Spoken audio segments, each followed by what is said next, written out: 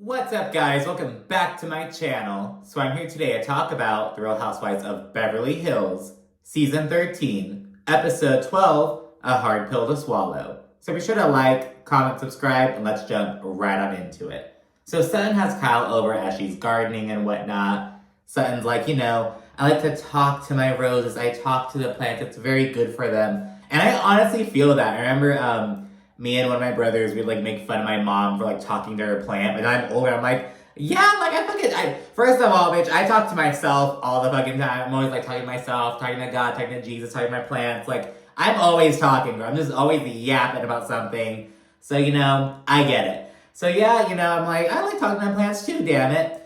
But anyways, Kyle says that Mauricio wasn't at the celebration of life because he was in Mexico City and Aspen. I think she said Mexico City was for business, but Aspen, I'm assuming, was for fun, this little ski trip or whatever. And Sutton doesn't really appreciate this. She's like, unless you're in the hospital, you as a husband have to support your wife. And not for nothing, this isn't just a regular fucking event. Later on, we see Mauricio ask Kyle, oh, how'd the event go? It's this is a celebration of life for Kyle's dead best friend since she was 7 years old. You know what I mean? It's it is so much larger than just some fucking charity event, So, yeah, Sutton's kind of on Mauricio's ass, which I appreciate.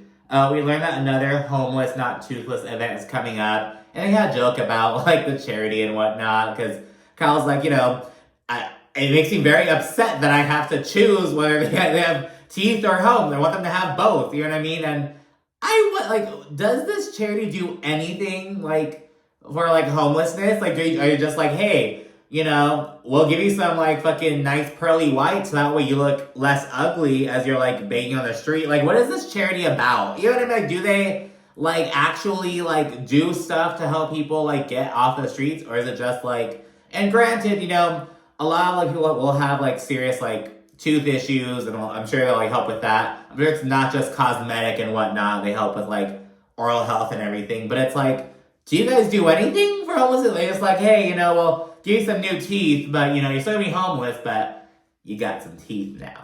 What is the... So kind of talk about that and whatnot. We get a flashback to last year where Dorit was this is a charity that is very near and dear to my heart. I've worked with them for many years. It's girl, out of all the charities, you could, bring onto the show, give a plot, but you choose this one? I don't know. Kind of odd. Sutton tells Kyle about how, according to Garcelle, Annemarie was coming for her at the celebration of life over her esophagus. And Kyle kind of frames it as we know that Sutton has gotten into some odd, arguments over the years. We see flashbacks to her fucking, oh, jealous of what, Crystal? You and your ugly leather pants, the let the mouse go, her little Suttonisms and whatnot. So Kyle's Son, you may have met your match with the odd argument. You have Annemarie just bring your esophagus up ad nauseum, and it's just so stupid. I'm gonna dive into it in another Real Housewives News and Memes video, but Annemarie kind of got some more backlash, and she addressed it. So I'll touch on that in a little bit. They then chat about the upcoming Barcelona trip, and Sutton regrets inviting Annemarie, but she invited everyone at when they're in Ojai, I believe, and that's when they're having a good time. But Sutton does say that Annemarie owes her an apology. We then see Crystal FaceTiming Garcelle over at her pad, and they make some small talk effort for segueing to the celebration of life event. It was just the day before.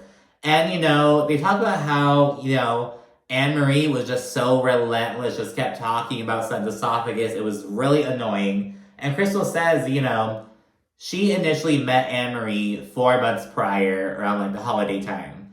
And when she met her, Crystal says that Annemarie called herself an anesthesiologist. She said that she was a doctor. But now she's saying that she's a nurse anesthetist. You know what I'm talking about.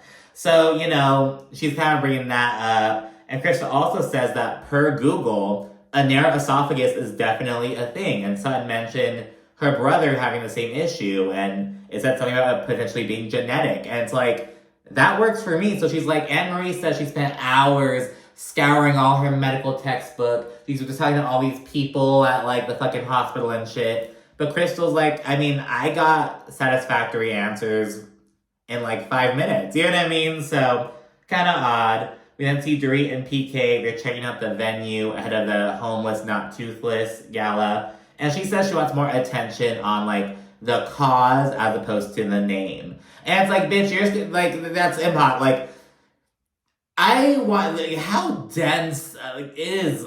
I can't say anything that hasn't already been said. It's just a bad name for a charity. Do they do anything to like help mitigate homelessness at all? I don't fucking know. They talk about that. And PK really takes the reins. You know, they're talking to the designers and whatnot, people setting up like the event, and they see like basically one of the like how the table setup is gonna look. And he's like, now I know that Dorit is just too polite and she would never say this, but I know what she's thinking. And this table looks like it's just in the office cafeteria. And it looks too daytime. It needs to be more nighttime. He really seizes the reins and whatnot. This chit chat and everything. The next scene is Crystal going out to lunch with her brother. He's back from Asia, and they talk about like how close they were over the years, how he wants to like maybe relocate to Thailand for like half the year and just kind of do his own thing. He also mentions that his ex-fiance told him that, you know, she never really felt accepted by Crystal or her mother. Just like, you know, just chit-chat, whatever. Everyone then heads to Dorit's charity event, and Cal and Mauricio are in the car, and they're really kind of icy. As I mentioned earlier, Mauricio's like, oh, how did the event go? Just very, you know, not like the celebration of life, you know, the event for Lorraine, like, you know what I mean? Just the event, just very nonchalant. They chit-chat about it for a little bit. They acknowledge that Mauricio's been traveling like crazy, and Cal's like, well, I'm traveling too. I'm going, and he only knows that she's going out of town that weekend for something, I guess. But she also says, you know, after that, I'm going to Spain. He's kind of like, what? And she says it's a taste of his own medicine, because like he stays dropping trips on her like that. Like, oh, I'm going to Portugal. I'm doing that. And so she's kind of getting back at him a little bit. So, you know, Cal's doing that. Everyone then rolls in. Erica's dentist tries fucking hitting on her, because it's like you need a lot of oral surgeons and dentists and whatnot. So he's there, and he's like, oh, you look so beautiful tonight. Just chit-chatting. She's like, wait, what's your name? I'm your patient. And then he kind of like backs off. It's like, yeah, bro, like not a good look at all. Calvin speaks on how she feels like everyone is over-analyzing her and Mauricio as they're on the step and repeat. Like, you know, when they're at events together, she feels like they're like, ooh, are they like reading the body language, reading like if they're like seem happy or not. They seem like if there's discord between them. So she really feels like has a little spotlight on her and him. Erica, Crystal, Garcelle, and Sutton, they're then over by a table chatting about the incident between Sutton and Annemarie and whatnot. And they see Annemarie waltz in with her husband. And they're like, oh, come on, girl, come on. It was very much giving, like, come outside. We're not going to jump you. Like, you know what I mean?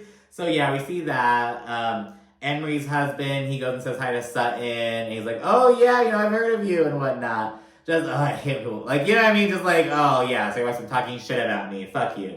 So, yeah, and then Sutton immediately confronts Annemarie. And she's like, I have to talk with you. And as Sutton's getting ready to, like, confront her, Annemarie's like, well, let me just say something first. Let me say something. But Sutton shuts that shit down. She's like, no, ma'am. No, ma'am. Just fucking trying to shut that shit down. And, you know, she's just like, you're not my doctor. Like, you know, you need to back off my shit. And Sutton also accuses Annemarie of claiming that her esophageal issue was made up, which Annemarie denies before Crystal sets the record straight. She's like, you said that she was lying. You said that, you know, she's not telling the truth. And Annemarie tries weaseling her way out of it. She's like, I said if she's... First she says, I didn't say that she's lying. Then later on, when he gets turned up, she's like, I said if she's lying. I said if she's lying. But Crystal and Annemarie, they really don't let up. They stay reminding her that, no, you were saying that, you know, you've known her for like 30 minutes and she's already said 2 lies. Like, you said that she was lying. And Annemarie then tries throwing Crystal under the bus. And she's like, well, Crystal, you said that Sutton had an eating disorder. And Crystal's like, what? Are you crazy? And she and Garcelle both shut that shit down. They're like, oh no, you said that. And when Crystal was like, basically like, are you saying she has an eating disorder? She tried gaslighting her way out of it. Like, oh, no, I didn't say that. I didn't say eating disorder. No, I didn't. So pathetic, as you aren't on fucking camera saying it. Really fucking sad to see. Crystal then says that Annemarie spent hours bringing up the esophagus bullshit. And we see the receipts from production. And, you know, Annemarie says, well, I'm just a critical thinker. I was trained to be a critical thinker. And she also accuses Crystal of gunning for her because Crystal previously expressed that she had wanted to go to medical school, but Rob, wanted to get married to start a family, so she decided to not go to medical school. And so she's like, oh, well, you're hating on me because I'm actually in the medical profession and you didn't go to medical school. But Crystal's like, you didn't go to medical school either, bitch. You know what I mean? Like, girl, neither of us went to medical school. Like, get that straight. And Crystal says, and didn't you previously claim to be an anesthesiologist? And then as we go back and forth, Crystal's like, you're such a bitch. And it's this whole little moment. Sutton demands an apology from Annemarie at that point. And Annemarie gives this whole non-apology, like, Sutton, I am sorry for being concerned and confused over something that anyone in my profession would be concerned and confused about. In my made-up profession, may I add. Just, like, being a total bitch about it. Crystal, Garcelle, and Dorit are off on the side reacting to Crystal calling her a bitch. And they're like, we wanted Crystal to, you know, speak up and use her voice more, but calling Annemarie a bitch at a black tie event was not what I expected. Then they segue to like a silent auction and everything. Dorit, she's frantically rearranging the fucking seat assignments. She's like, okay, Sutton cannot sit by Annemarie. They have to, like, she's moving everyone around. Sutton, she side-eyes Mauricio being there at this charity event, but missing that celebration of life. Again, Sutton is not letting up on Mauricio. I love it. After dinner at that point, they discuss the upcoming Spain trip. And things are still weird between Sutton and Annemarie. Sutton's like, you know, I thought we had a great time. I really liked you, but I didn't appreciate that you're talking about me behind my back. And Annemarie's like, I'm not going to let you, like, carry that narrative. I'm not going to let you run with that narrative anymore. Bitch, what narrative? That's what happened. Annemarie's just so full of fucking shit. It's like, girl, do you have fucking CTE? Like, what is this? Like, what? It's just so fucking weird. Ladies all then pack for Spain. Kyle FaceTimes Annemarie to mediate between her and Sutton, while Erica and Crystal discuss what happened and everything. Annemarie says that Crystal owes her an apology for mocking her profession. Girl, you are making a mockery out of your profession. You, Annemarie, not Crystal. That's on you, bitch. And then Annemarie FaceTimes Sutton to apologize for her part in everything that happened. But Sutton's like, your part's the only part. Like, what the fuck? So they didn't talk about that. Annemarie says that she's embarrassed by her behavior, and they seem to make peace. And next week, we're going to see them in Barcelona, where Crystal and Annemarie will continue to go at it. So yeah, thanks so much for watching. Be sure to like, comment, and subscribe, and stay tuned for more. Thanks again. Bye.